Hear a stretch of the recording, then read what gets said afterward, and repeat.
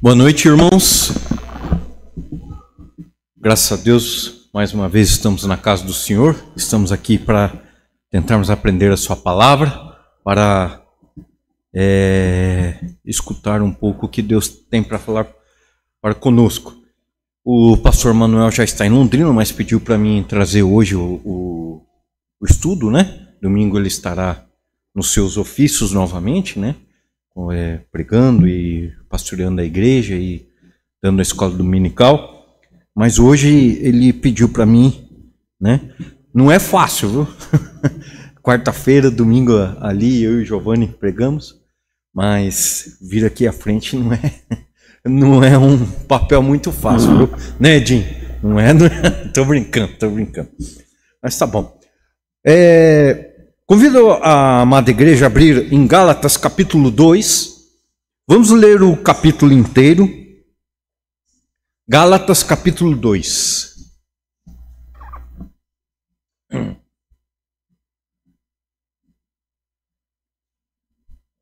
Gálatas capítulo 2, versículo inteiro. Depois, passados 14 anos, subi outra vez a Jerusalém com Barnabé, levando também comigo Tito. E subi por uma revelação, ele expôs o evangelho que prego entre os gentios e particularmente aos que estavam em estima, para que de maneira alguma não corressem ou não tivessem corrido em vão. Mas nem ainda Tito, que estava comigo, sendo grego, foi constrangido a circuncidar-se. E isto por causa dos falsos irmãos que se intrometeram e secretamente entraram a espiar a nossa liberdade, que temos em Cristo Jesus, para nos pôr em servidão, aos quais nem ainda por uma hora cedemos com a sujeição para que a verdade do evangelho permanecesse entre vós. E quando aquele que pareciam ser alguma coisa, quais tenham sido no outro tempo, não me dá, Deus não aceita a aparência do homem. Esses, digo que pareciam ser alguma coisa, nada me comunicaram. Antes, pelo contrário, quando viram o evangelho da inconcisão, me estava confiado, como a Pedro o da circuncisão. Porque aquele que operou eficazmente em Pedro para o apostolado da circuncisão, esse operou também em mim, com eficácia para os gentios. E conhecendo Tiago, Cefas e João, que eram considerados como a coluna, a graça que me havia sido dada, deram-nos as destras em comunhão comigo e com Barnabé, para que nós fôssemos aos gentios, e eles a circuncisão. Recomendamo-nos somente que nos lembrasse dos pobres, os que também procurei fazer com diligência. Versículo 11. E chegando Pedro a Antioquia, lhe resisti na cara, porque era repreensível. Porque antes que alguns tivessem chegado da parte de Tiago, comia com os gentios, mas depois chegaram, se foi retirando e se aparou deles, temendo que eram da circuncisão. E os outros judeus também dissimulavam com ele, de maneira que até Barnabé se deixou levar pela dissimulação. Mas, quando vi que não andavam bem diretamente conforme a verdade do evangelho, disse a Pedro na presença de todos: se tu, sendo judeus, vive como gentios e não como judeu, por que obriga os gentios a viverem como judeus? Nós somos judeus por natureza, e nós pecadores dentre os gentios. Sabendo que os homens não é justificado pelas obras da lei, mas pela fé em Jesus Cristo, temos também crido em Jesus, para sermos justificados pela fé em Cristo e não pelas obras da lei. Porquanto pelas obras da lei nenhuma carne será justificada. Pois, se nós que procuramos ser justificados em Cristo, nós mesmos também somos achados pecadores, é porventura Cristo ministro do pecado? De maneira nenhuma. Porque se torno a edificar aquilo que destruí? constitui-me a mim mesmo transgressor, porque eu pela lei estou morto para a lei, para viver para Deus. Já estou crucificado com Cristo, e vivo não mais eu, mas Cristo vive em mim. E a vida que agora vivo na carne, vivo pela fé, e o Filho de Deus, ao qual me amou, se entregou a si mesmo por mim. Não aniquilo a graça de Deus. O versículo 21. Porque se a justiça provém da lei, segue-se que Cristo morreu debalde ou em vão. Vamos orar. Senhor nosso Deus, muito obrigado, Senhor, pelo que o Senhor tem feito em nossas vidas. Abençoa nesse momento, Senhor, para que a sua palavra possa ser transmitida na sua graça, Senhor. Dê sabedoria a mim e aos irmãos, Senhor, para poder entender a sua palavra, Senhor, para que tudo possa ser na sua vontade e não na minha vontade, Senhor. É o que nós pedimos, em nome de Jesus. Amém. Amém, Senhor. Então, essa noite, irmãos, eu vou tentar transmitir aos irmãos como que fala? Quando a gente está aqui em cima, some da cabeça. Devocional. Quando nós fazemos devocional, eu estava fazendo um devocional e eu me deparei com algumas coisas que chamaram muito a minha atenção, para a minha própria vida. Então o título dessa pregação é A Coerência da Fé e a Coragem da Verdade. O texto básico que eu vou estar usando é Tiago 2, de 11 a 14. Mas antes de entrar propriamente dito, na coerência da fé e a coragem da verdade, só levantar uns relatos aqui antes para tentar, igual eu usei a estratégia domingo, montar o palco, o cenário, aqui para a gente tentar entender por que Gálatas 2 foi escrito.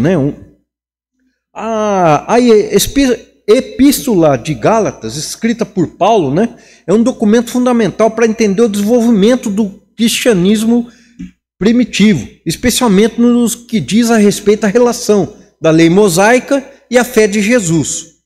Então, antes dos eventos descritos ali em Gálatas 2, que acabamos de ler, a igreja primitiva ela estava experimentando um crescimento significativo, mas também enfrentava desafios teológicos. A principal questão era os gentios, os que se convertiam ao cristianismo, precisavam seguir a lei de Moisés, incluindo a circuncisão, por serem considerados verdadeiros seguidores de Cristo. Então, abre aspas aqui. Isso aqui só para tentar levantar o que estava acontecendo naquele tempo, que o pessoal estava chegando ali. Paulo tinha ido a Jerusalém, e Paulo, junto com Barnabé, queria transmitir a Pedro, Tiago e João o que ele estava transmitindo para os gentios, só para tentar colocar, porque eu falei aqui, que os que se convertiam ao cristianismo precisavam seguir a lei de Moisés, incluindo a circuncisão. Eu vou estar explicando no decorrer do estudo, porque eu estou falando isso, não é isso, mas os irmãos vão entender. Então, o que acontece aqui? Depois de tentar levantar isso, o que estava acontecendo, então, vamos tentar aprender com esse texto no que desafia profundamente sobre a coerência da nossa fé e a coragem de defender a verdade. Vivemos em um mundo onde a pressão social e o medo de julgamento podem facilmente nos desviar dos nossos princípios. Mas o que acontece quando essa pressão entra na igreja e quando um líder, alguém que admiramos, falha publicamente? O apóstolo Paulo nos dá uma lição poderosa ao confrontar Pedro em Antioquia, ali que nós lemos no versículo 14, se eu não me engano. Então, só para colocar um enredo aqui, ou para tentar explicar, eu vou usar o Júnior, posso usar você de exemplo, Júnior? Se eu e o Júnior tem eu vou falar ao contrário, eu me espelho no Júnior. E eu vejo que o Júnior errou alguma coisa, ele fez alguma coisa errada. Só que a minha vida está espelhada nele. Eu 100% eu me espelho. Aí eu fico escandalizado. Aqui eu estou um folclore, tá? Eu estou criando, tá, Júnior? Não vai ficar bravo comigo, tô brincando. Então, se o Júnior faz alguma coisa errada, eu falei, mas o Júnior era a minha inspiração. O Júnior era uma pessoa que eu gostava dele, mas como que ele faz uma coisa dessa? Ou às vezes ele fez alguma coisa errada comigo. Ou às vezes eu me espelho nele e fico desacreditado, eu fico perdido. O que eu quero chegar com isso? Que nós devemos olhar para Jesus Cristo, o único Senhor Salvador. Então, para deixar bem claro aqui para os irmãos, devemos ajudar os irmãos, que daí no decorrer da lição iremos entrar mais a fundo, mas eu quero só deixar isso, já, como que eu posso dizer, uma bolinha assim em cima da sua cabeça, falando assim, a gente olha para o irmão, só que se o irmão falhar, eu fico desacreditado, eu fico triste. Então, nós temos que ajudar, eu, Carlos, tenho que ajudar o Júnior. O Júnior errou, ou o Júnior olha para a minha vida e eu errei, o Júnior tem que me ajudar a consertar aquele erro ou tentar a crescer e não errar mais, tá? Então, vamos lá. Então, o primeiro ponto da nossa pregação, a perigosa armadilha da incoerência. Nos versículos 11 e 13 do 2 Gálatas, né, fala, e chegando Pedro a Antioquia, lhe resisti na cara, porque era repreensível. Porque antes que alguns tivessem chegado da parte de Tiago, no caso, chegado alguns congregados da igreja de Tiago, comiam com os gentios, mas depois que chegaram, só foi se retirando e apartou deles, temendo que eram da circuncisão. E os outros judeus também dissimulavam com ele, de maneira que até Barnabé se deixou levar pela dissimulação. Ou seja, nesse trecho vemos uma cena que nos surpreende. Pedro, o apóstolo tão predominante, cede ao medo hipocrisia. Ele que antes comia livremente com os gentios, demonstrando que Cristo não há distinção, e de repente se afasta. Aí fica a pergunta, por quê? Porque teme a opinião de um grupo de judeus que vinham de Jerusalém, os chamados judaizantes, ou seja, os religiosos não queriam se misturar com os gentios, ok? Então, o ministério mais focado, vamos dizer assim, Pedro, Tiago e João falavam mais aos judeus. E Paulo, com Barnabé, foi até Roma pregar para os gentios, correto? Para as pessoas não judias. Mas, quando ali no versículo fala, porém antes que alguns tivessem chegado da parte de Tiago, comia com os gentios, ou seja, Pedro comia com os gentios. Mas viu que eles chegaram? Ele deu um jeito de cair fora. Por quê? Ficou com vergonha do que os judaizantes iam achar. Então, a tentação do duplo padrão, ou seja, Pedro estava vivendo um duplo padrão. Na ausência dos judaizantes, ele demonstrava liberdade em Cristo. Na presença dos judeus, ele estava tudo bonitinho, né? É como se a gente, né, viesse domingo, colocasse a gravatinha, né, o paletózinho, aí no meio dos crentes, a gente tá tudo bem, né? E aí, quando a gente estava no meio dos crentes e via alguém lá de fora, mas o Carlos está lá no meio dos crentes, mas ele não é assim quando é lá fora? Ou seja, eu de fininho eu vou caindo fora ali de junto com os crentes, né?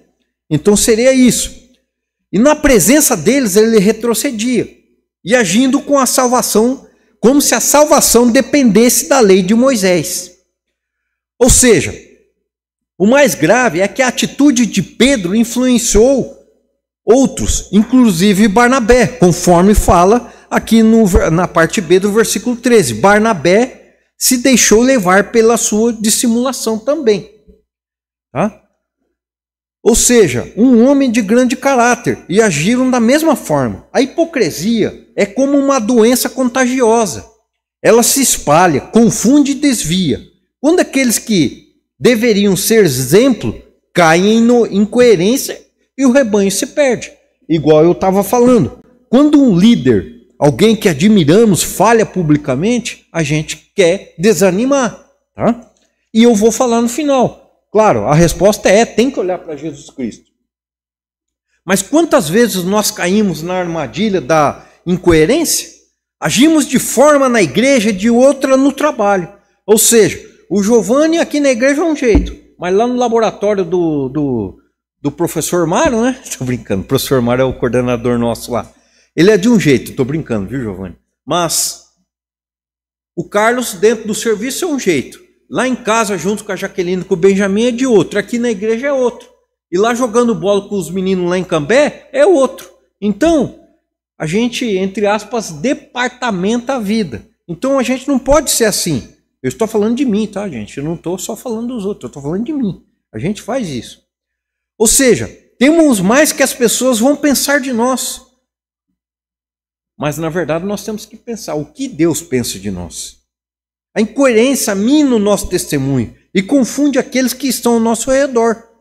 Precisamos examinar nossos corações e pedir a Deus que nos livre de qualquer vestígio de hipocrisia.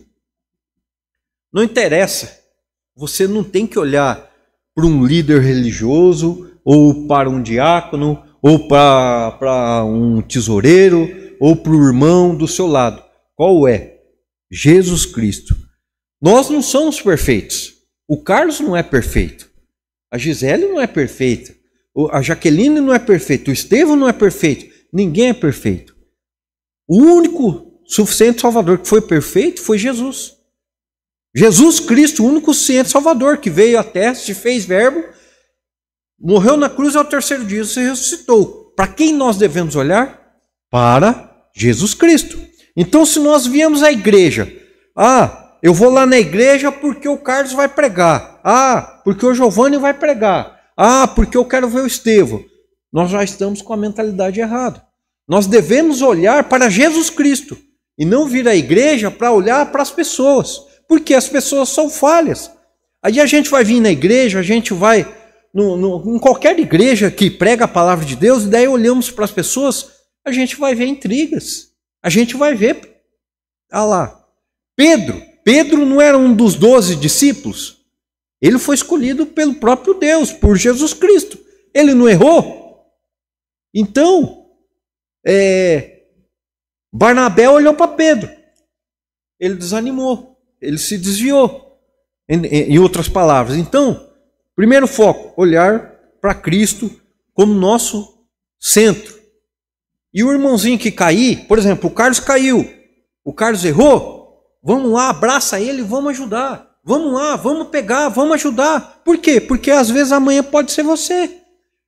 Às vezes eu critico, um exemplo, tá? Às vezes eu vou lá e critico o irmãozinho. Só que passa 1, 2, 3 semanas, ou passa até 5 anos. Pode ser que eu que errei. E daí? Como que vai ficar minha cara? Porque eu critiquei o irmão, você fez tal erro. Aí passa 5 anos e eu fiz o mesmo erro que o irmão fez. E aí? E a cara? Então, não julgar as pessoas. Claro, nós temos que ter a consciência também, né? Mas, primeira coisa, não olhar para as pessoas, olhar para Cristo. Então, a defesa irredutível da verdade e do Evangelho. No caso, Paulo viu o que estava acontecendo no que Pedro fez, no que Pedro estava fazendo. Então, o que ele fez? Ele confrontou publicamente. Porque o erro de Pedro também foi público. E estava impactando a verdade do Evangelho. Como é que pode um negócio aqui?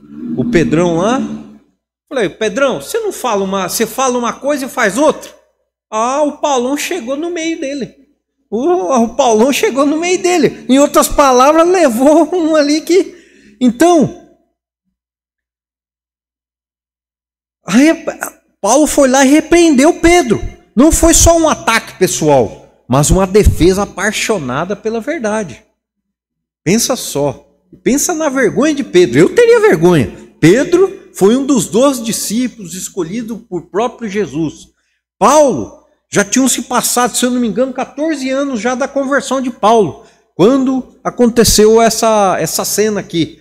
Eu teria vergonha. Um novo convertido, um mais novo na fé do que eu, no caso, Pedro e Paulo, né? Pedro e Paulo. Eu, Pedrão aqui, já estou bastante tempo, já pregando, já líder de alguma igreja, igual o Tiago e João. Aí chega um novo na fé lá, mais novo do que eu na fé, e me dá no meio. Eu ficaria com vergonha.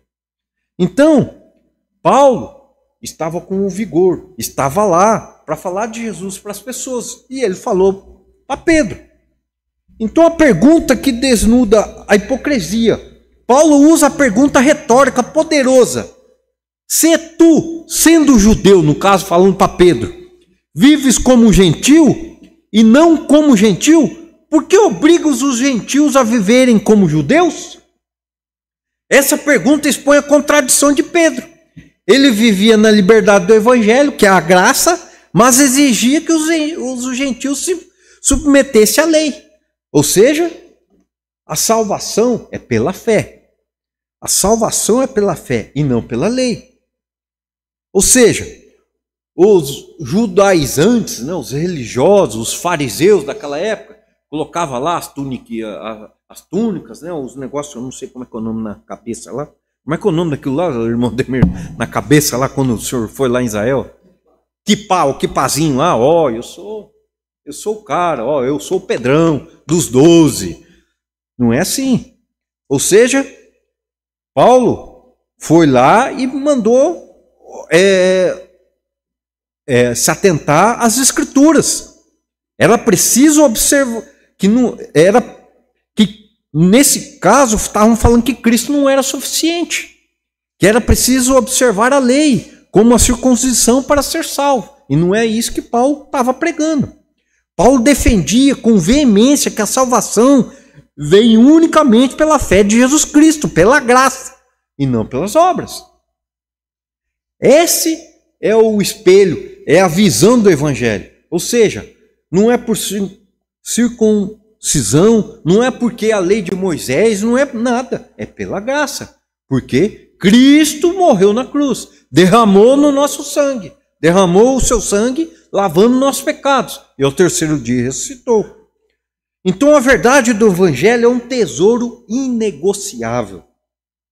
Ela nos liberta e nos dá acesso a Deus.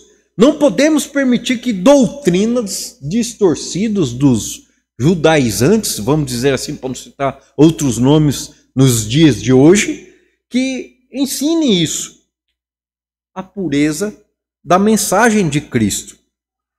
Então, mesmo que isso signifique confrontar pessoas que amamos e respeitamos, é nossa responsabilidade zelar pela verdade que não é confiada. Claro, se você tem um parente que não aceita o que você diz, com amor você vai explicar, olha, eu não como é que eu posso falar? Eu não creio no que você está falando. Você pode me mostrar na Bíblia o que você está falando é verdade? É coerente com o que a Bíblia diz? Com amor e paciência, é o que eu vou estar falando também, a gente pode estar ensinando as pessoas. Também não queira chegar na pessoa e chegar de ferro e fogo. Ferro e fogo, como assim? Não, você vai se converter, você vai receber Jesus como seu único e santo Salvador, você vai crer em Cristo Jesus na marra. Não. É com amor. É com amor. Ou seja, quando Paulo fez isso, repreendeu Pedro, mas ele fez com amor. Depois nós vamos ver um versículo ali que humildemente Pedro recebeu isso. Então a repreensão de Paulo em Pedro não é um exemplo de briga ou desrespeito, né? Mas uma correção bíblica. Ou seja, então quando um irmãozinho for lá e tiver um problema, se o Carlos tiver um problema, certo? O Carlos errou. O Estevão chega no Carlos, puxa ele no cantinho, fala, Carlos, você errou assim, assim, assado, ó. Com amor. O Estevão vai fazer isso com amor no Carlos. Não chegando no meio ali, entendeu? Eu estou brincando de Pedro e Paulo, mas Paulo fez com amor isso para com Pedro. Então o amor, correção com amor e mansidão, embora pública e firme no caso, tinha um propósito construtivo: restaurar Pedro.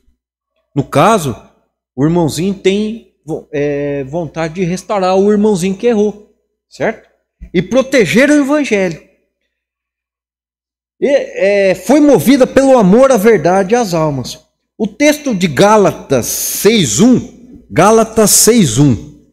Pode abrir para mim ali, por favor, Sérgio?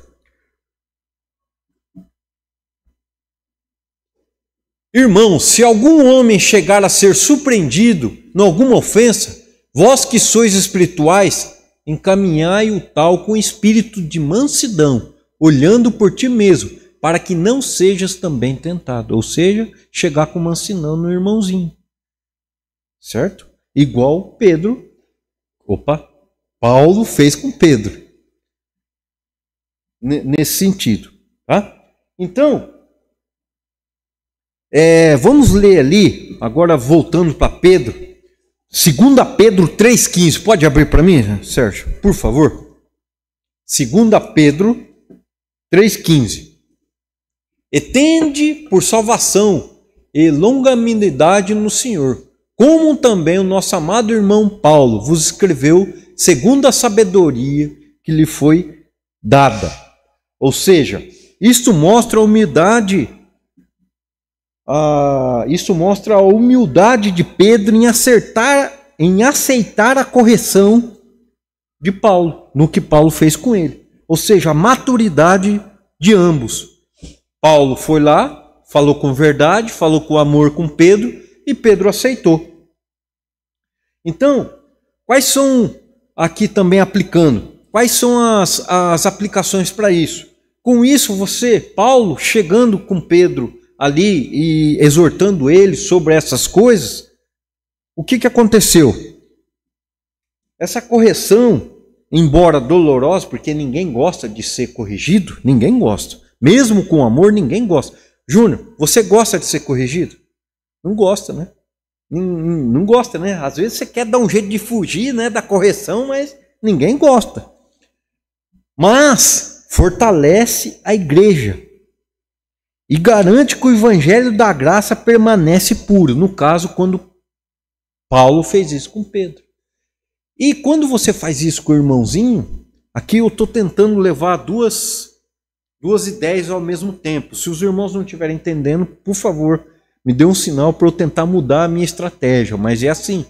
Então, quando o irmãozinho tiver com problema, você chamar atenção, com amor. Por quê? Porque isso vai fortalecer a sua amizade. Igual fortaleceu a igreja. Porque naquele tempo, Paulo corrigiu com amor Pedro. Então, somos chamados a ser uma comunidade onde a verdade é valorizada. E o amor é mútuo, que nos permite corrigir uns aos outros. Se vemos um irmão em erro, especialmente um erro que impacta a fé dos outros, não podemos nos calar por medo ou comodidade. Devemos, com oração e sabedoria, buscar a restauração. Lembrando que a correção, quando feita com amor e com base na palavra, é um ato de cuidado e um instrumento de Deus para o nosso crescimento. Ou seja, na verdade, a pessoa que talvez está chamando a atenção da outra pessoa, vamos chamar assim, ela ganha um amigo. Porque a pessoa que está sendo exortada, vamos chamar assim, repreendida, se o Júnior chega em mim e me dá uma repreensão, e eu vejo que é com amor, eu vou falar assim, olha que legal, depois que passar tudo, eu tiver com a cabeça fria, eu vou pensar assim, olha que legal, o Júnior se importa comigo, o Júnior fez com amor, ele me ama, ele quer meu bem, né, Júnior? Se você faz isso comigo, ele quer meu bem, então eu posso contar com mais que um amigo, então que a gente possa aprender. Então, concluindo, né? A história de Paulo e Pedro, que em Gálatas 2, é um espelho para nós. Então, ela convida a gente a examinar nossa própria coerência. Estamos vivendo o que pregamos? Eu falo de mim. Será que eu estou vivendo o que eu estou pregando? Será que lá no meu serviço, lá o Estevão e o Salomão, Lá no serviço a gente não chama o Giovanni de Giovanni, nós chamamos de Salomão, né? O sobrenome dele é Salomão. Será que o Salomão Estevão vê que o Carlos é coerente com a pregação que ele faz? Assim, eu estou falando de mim, né? Para não falar dos outros, eu estou falando de mim. Será que eles veem isso? Então, não responde, tá, Giovanni? Não responde, tá? Não, estou brincando. Então, defender a verdade do Evangelho, estamos prontos para lutar pela pureza da mensagem de Cristo, que nos liberta pela fé e não pelas obras. Estamos dispostos a amar uns aos outros, a ponto de corrigir com mansidão e verdade quando necessário? Então, que o Espírito Santo possa nos dê capacidade de viver vidas coerentes, de defender com coragem a verdade inegociável do Evangelho, de sermos instrumentos de correção e restauração da Igreja de Cristo. Então, que fica a dica aqui. Antes de a gente agir também, claro, a gente deve chamar a atenção do irmãozinho. Se o irmãozinho errou, devemos. Mas, um porém, entretanto, e mais etc, antes de chamar a atenção, fica a dica. Antes de agir, pense, reflita, senta, ora, reflita de novo, pense, pense o que você vai dizer, pense se está certo o que você está pensando, porque às vezes é uma coisa que só você viu e talvez não é aquilo que você viu. Muitas vezes a gente vê uma coisa, pensa que a gente está certo e vai lá ver e não tem nada a ver daquilo que a gente pensou. Então, vamos lá, tem que chamar o irmãozinho, ou igual o Paulo foi lá. Paulo tinha certeza do que estava fazendo com Pedro, por isso que chegou no meio de Pedro. Mas, Paulo, certeza absoluta que ele tinha. Mas antes de nós fazermos isso, nós devemos refletir. É verdade? Está certo? O que ele está fazendo procede, não procede? O que eu pensei procede, não procede? Então, com paciência, devemos agir e não por impulso. Porque se agimos por impulso, por exemplo, se eu chego no Júnior por impulso, o Júnior fez alguma coisa, nos meus olhos, aos meus olhos, eu vejo que está errado, opa, pera lá. Não quer dizer que aos meus olhos, aqui vamos, eu não estou falando da palavra de Deus agora aqui, o Evangelho, mas o Júnior fez qualquer coisa e eu vi, mas o Júnior não fez certo. Opa, pera lá, eu vou chamar a atenção do Júnior, mas vamos lá. O que o Júnior fez é coerente? O que o Júnior fez está certo ou está errado? Não é só chegar lá e dar uma caçapava no Júnior, o Carlos chegar lá. Não, tem que pensar também. Por quê? Porque se agimos por impulso, para consertar depois é difícil. Né, Estevão? Se um dia lá você for lá e formatar o computador lá, tem jeito de voltar? Até tem jeito de voltar, mas é mais difícil para voltar do que se a gente agir por impulso, né? O computador estragou. Opa, vou sentar, vou olhar, vou tentar ver o computador lá do Sérgio Tanaka.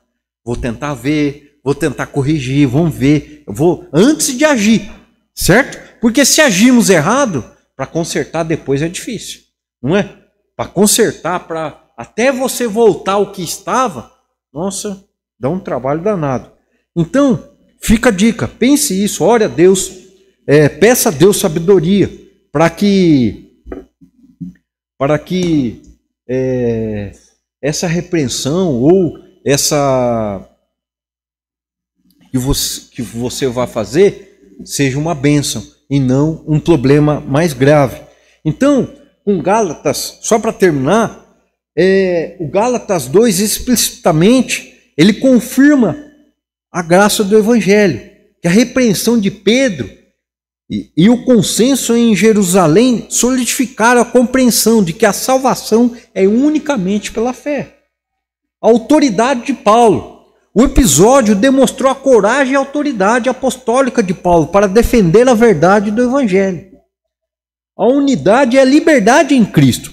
A questão da circuncisão e da observação da lei poderia ter dividido a igreja. Ou seja, Paulo viu que isso poderia dividir. Mas tem que obrigar a lei. Não, Paulo foi lá e pregou a graça. Não, vocês estão errados, tem que ser pela graça. Então, Cristo morreu por nada. Igual fala aqui debalde, né? É isso mesmo? Fala debalde.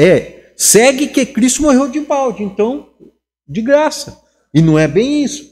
Então, a base teológica de Gálatas, os eventos de Gálatas 2, fornece um pano de fundo e a base para a argumentação teológica de Paulo no restante da epístola. Depois, se você puder ler em casa, que explica as implicações da justificação pela fé, ou seja, a graça de Deus. Em resumo, Gálatas 2 narra a crucial defesa de Paulo da verdade do Evangelho contra as distorções legalistas, estabelecendo a justificação pela fé como alicerce da fé cristã.